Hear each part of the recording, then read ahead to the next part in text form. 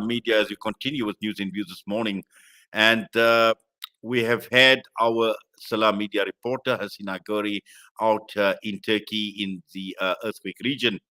And clearly, with the level of devastation, the mammoth task at this point in time, the rescue mission is still taking place. And we have been providing you with daily updates. But having Hasina now live, she just returned back from the earthquake region. And for the next few minutes or so, we will be engaging with Hasina just to share her experience, unpacking what she has, and also providing us with a report back and update, and also conditions under which journalists have had to operate in this disaster zone.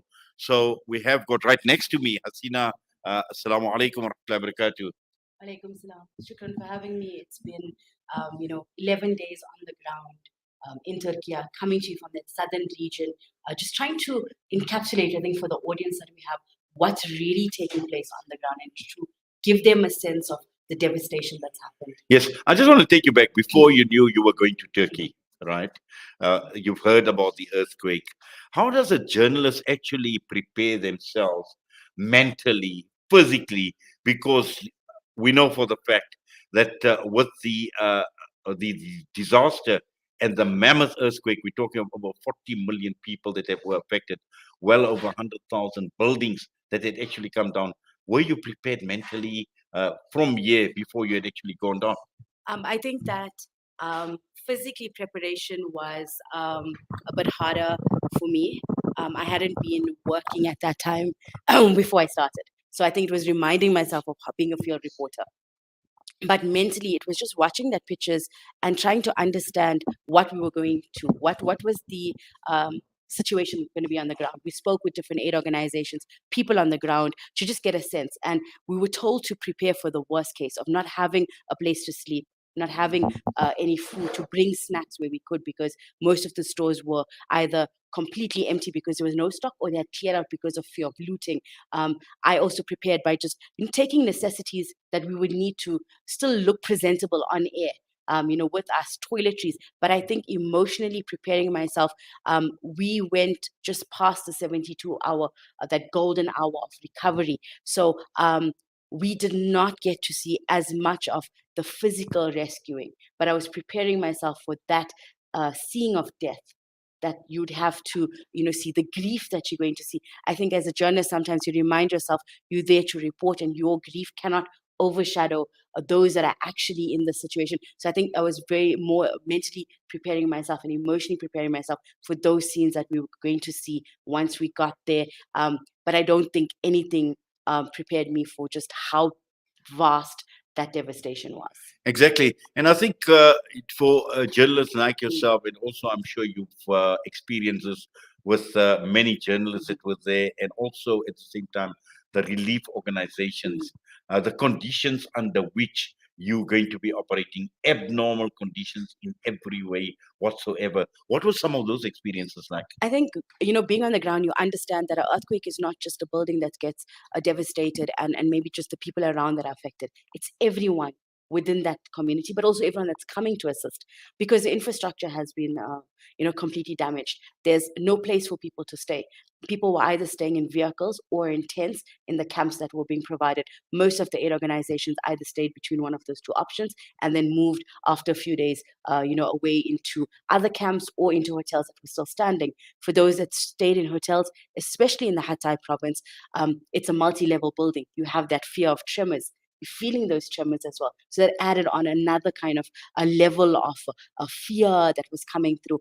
I think also the condition of not having connection, not having internet in certain areas. Infrastructure was completely down in the first few days. Also, just getting into that area, I think until the third day that we were post devastation, getting into the main central area, you couldn't fly into Gaziantep.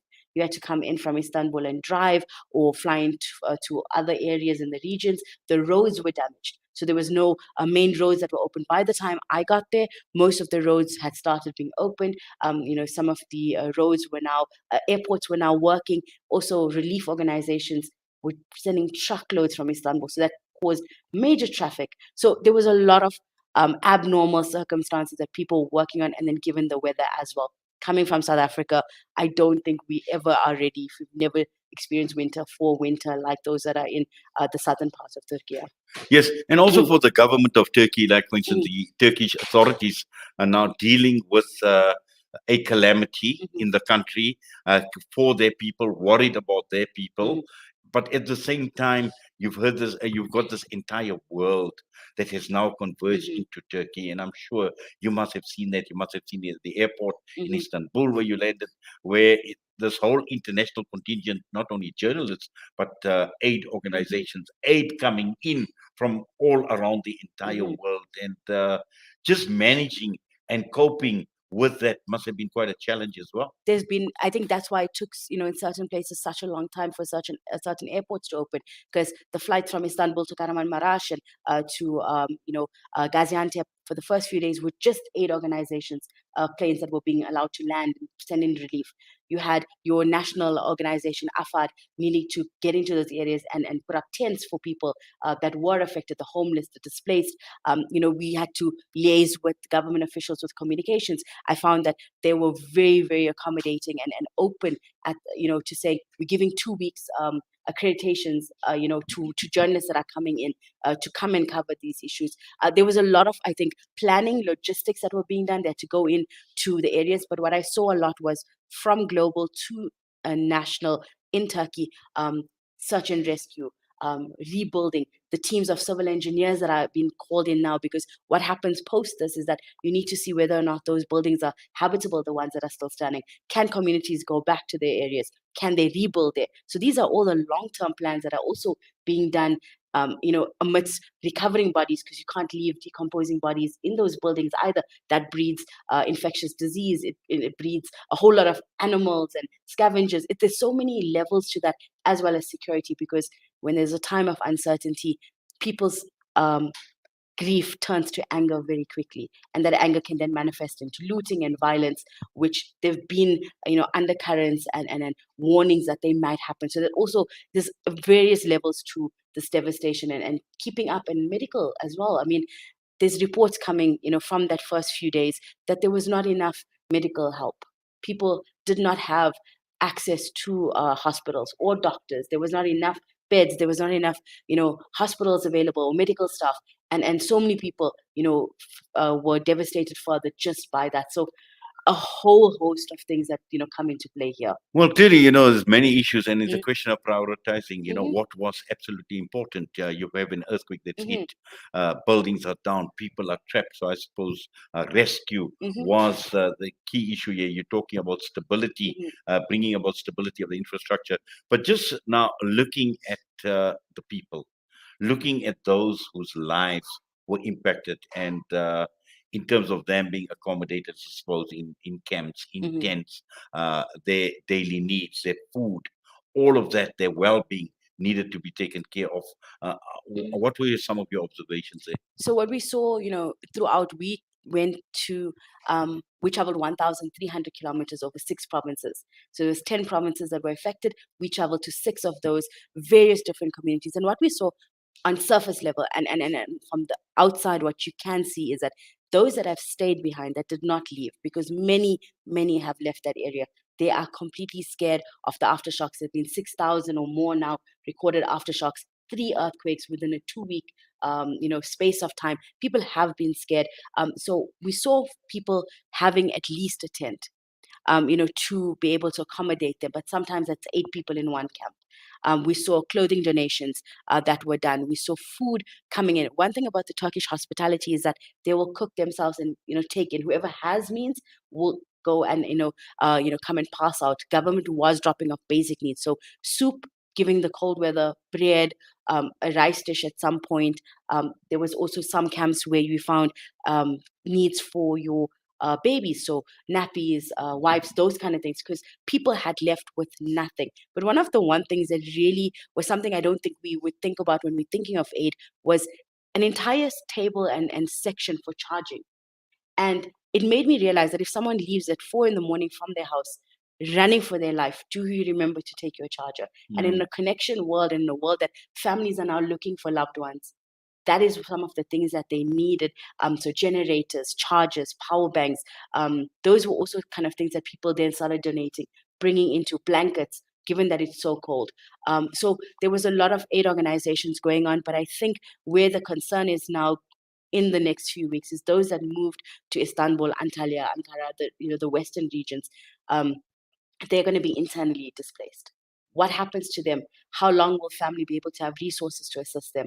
And what happens to them? We saw in Gaziantep on Saturday, as we were leaving, that some of the tents that were put up in the city center, so in the main CBD area, were now being, dismantled because immediate relief is done, and they now need to be housed into, the camps that are in the stadiums or in the schools or other areas. But that leaves a lot of people unstable once again, having to sleep in their cars.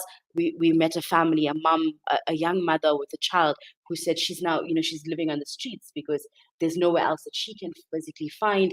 So those are now the concerns that come about, that where there might have been initial relief, what happens on a long-term space? Where do these camps move to? How do you ensure people still have livelihoods? I know that the Turkish government did give some subsidy to earthquake victims of a certain amount. If I'm not mistaken, it's 10,000 liras, just to assist them in this time of transition.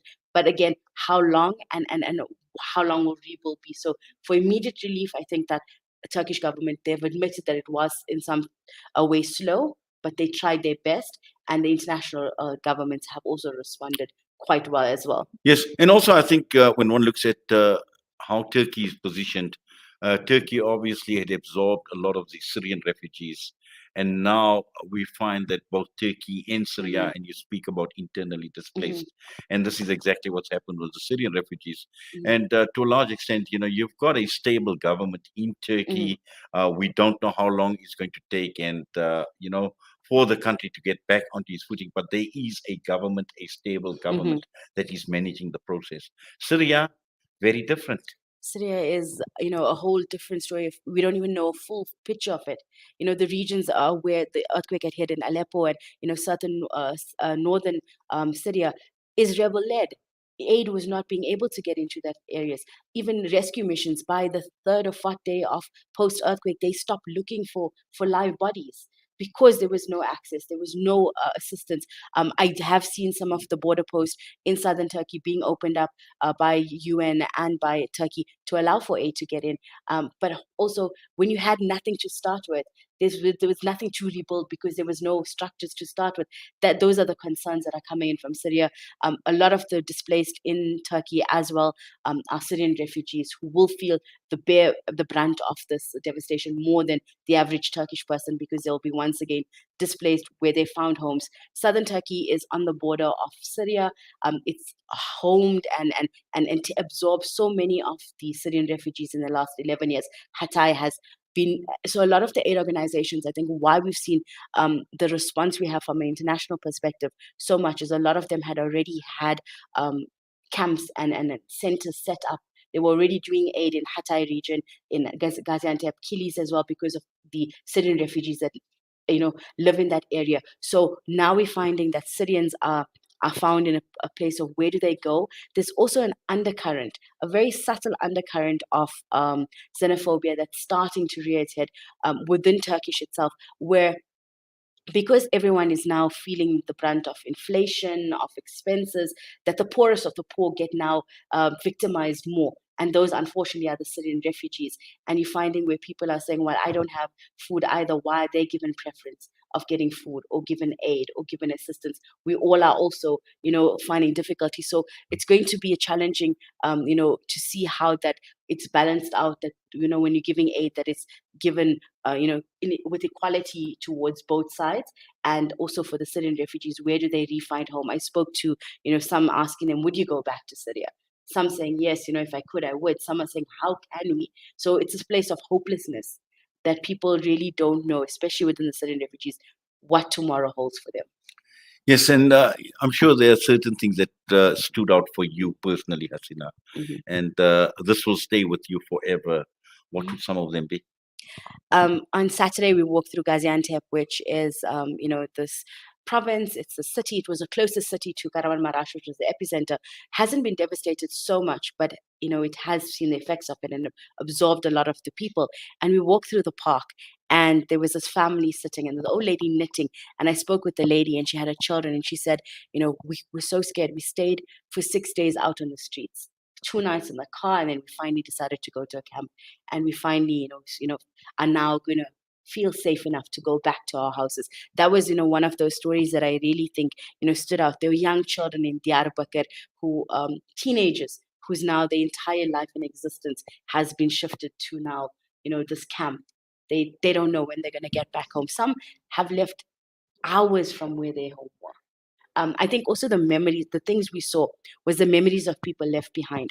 The chest of people's memories. Old people collect things. Our parents, those pretty tablecloths for a special occasion, a wedding dress, pictures. What do you take when devastation hits? I think that for me, really stood out of like how things that we fight for sometimes and, we want to acquire when devastation hits mean absolutely nothing. And seeing grief so up close, so palatable. I think that will really stand. Seeing people just sit and wait, hoping that all they'll find is the body so they can give a janaza. There was that feeling of tawakkul, of acceptance we saw in a lot of people of like, our family might never come out of this rubble, but can we at least get a body so we can give them a proper send off? And I think those memories, for me, has been very humbling. I think we sometimes assume crisis and devastation happens to a certain vulnerable community, but when I was there and you see those people live lives just like me and you, an average, life and existence, and devastation hit in a second, it makes you question life a lot. Exactly. And also bringing our humanity to the fore. And we've seen so many, in fact, all our relief organizations in this country. The key area of focus, the priority at this point in time, is Turkey and Syria and the earthquake victims. And this is something we need to also appreciate, because from what you've seen, what the relief organizations actually go through, what they experience. You mentioned that there are those that sleep in cars, there are those that sleep in tents. You don't even know where your next meal is coming from. And you mentioned to me before we got live that you were at some point in time you were eating relief food as well. So these are the conditions under which our relief organizations and their assistants and their workers actually operate.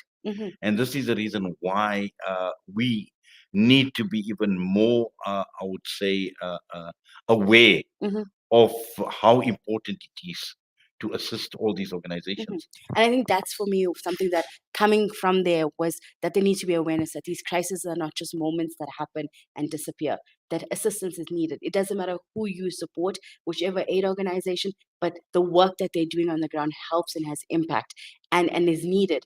And it's finding coordination. There's big things such as generators, cooking utensils, but there's smaller things like socks and sweaters or leggings that people would need, nappies. So there's so many different levels, and irrespective of how much you give, every cent will count. And if not even that, speaking to people about it, raising awareness. We each have a network. We each have people around us that we can influence to help out and assist. Where you might not have the means, but somebody else may say, no, I actually have this extra money. I can assist in some way. So sharing within your platforms, online, offline, having these conversations. But also, I think understanding, especially when it comes to clothing donations, I think that understanding what people need, how it needs to be given, and to give with dignity as well and grace, because these are human beings that are at the end of this who have just found themselves in this situation. They also deserve dignity and to assist in those organizations. I think we don't realize, the conditions people work in when they get there. It's never just a holiday, going into these areas, but also the devastation of seeing that emotional impact of hearing people's stories, of seeing people's helplessness, of seeing them, look at you and just hope that you'll be able to assist them and take them out of the situation. I think that also has its own impact that we don't realize as well. And just looking at the Turkish authorities, I'm sure that they've been very appreciative of the world Mhm. converging and in this hour of need, rallying together. Mhm. And I'm sure that came out quite strongly as well. We saw that a lot. From when I was in Gaziantep, there was various search and rescue teams that were leaving back home. So there was the German, group that were leaving. There was an Italian NGO that we spoke to. And you saw the appreciation from the people around them once they understand what you're doing here. Even going into these camps, I found people, firstly so humbled and so overwhelmed that somewhere as far as South Africa, which is completely not even in their neighboring vicinity, some of them had never met a South African before, but that our community was interested, that cared, and wanted to know about their plight. I found them, thankful that we're here, thankful that we assisting them, speaking on that, and you saw it.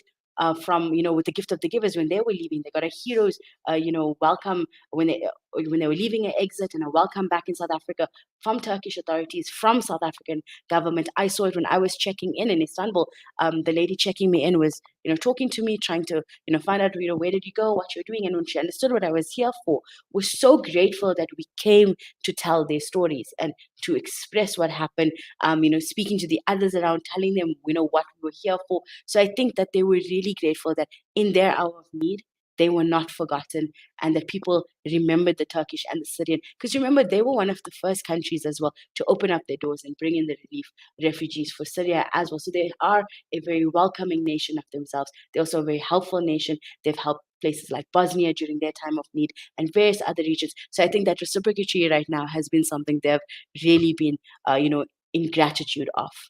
Well, and talking of helping others in their time of need, Mm. I clearly remember the Rohingya as well. Mhm. Turkey, the wife of Erdogan, Mhm. who was in looking after the Rohingya Mhm. at their camps as well. Yeah. So you're right, they were there, and this is exactly what we as Muslims should be doing. Mhm. Hasina, I know it's been long, it's been tiring, and I'm sure mentally, physically, Mhm. it's been very, very taxing on you. I don't think you trained mentally because No. it's just so much, Yes. alhamdulillah, that you've seen. And Alhamdulillah. I'm sure you will be keeping an eye out on further developments. Mhm. Not that now you in South Africa, we need to forget about it, but I'm Yes. sure from time to time, obviously, we will be getting a regular update from you in terms of any other new developments that arise. But for now, we say Jazakallah to you, Shukran so and much. yes, have a good rest. And Inshallah. I think if I speak on behalf of all of us here at Salam Media, we were actually honored that you went out as part of the Salam Media team, as a journalist representing Mhm. Salam Media and the regular reporting. And we are just grateful that you are back safe and sound. Shukran so much. I think that also has been something I've been grateful for, having that opportunity, to tell these stories, to go out and be the eyes and ears of these people who, we might not hear always. I think sometimes, oh, we get different news, and we had the opportunity to do it in our own way and to bring you news from the ground. And inshallah, they hopefully, we want to put together a bigger, longer format, project that will tell the story a bit more holistically. Well, inshallah, we certainly look forward to that. And yes, that is Hasina Gori, our very own Salam Media journalist who was down in Turkey in the earthquake region and providing, I must say, quite a comprehensive feedback or report back of her experience and her coverage of this disaster in Turkey and Syria. Well, with that, we've come to the end of this morning's edition of News and Views. Next up, Juice 3, Sheikh Salah Al Budair. Have yourself a wonderful Jummah ahead, inshallah. So, from myself and the rest of the team here, Assalamu alaikum wa rahmatullahi wa barakatuh.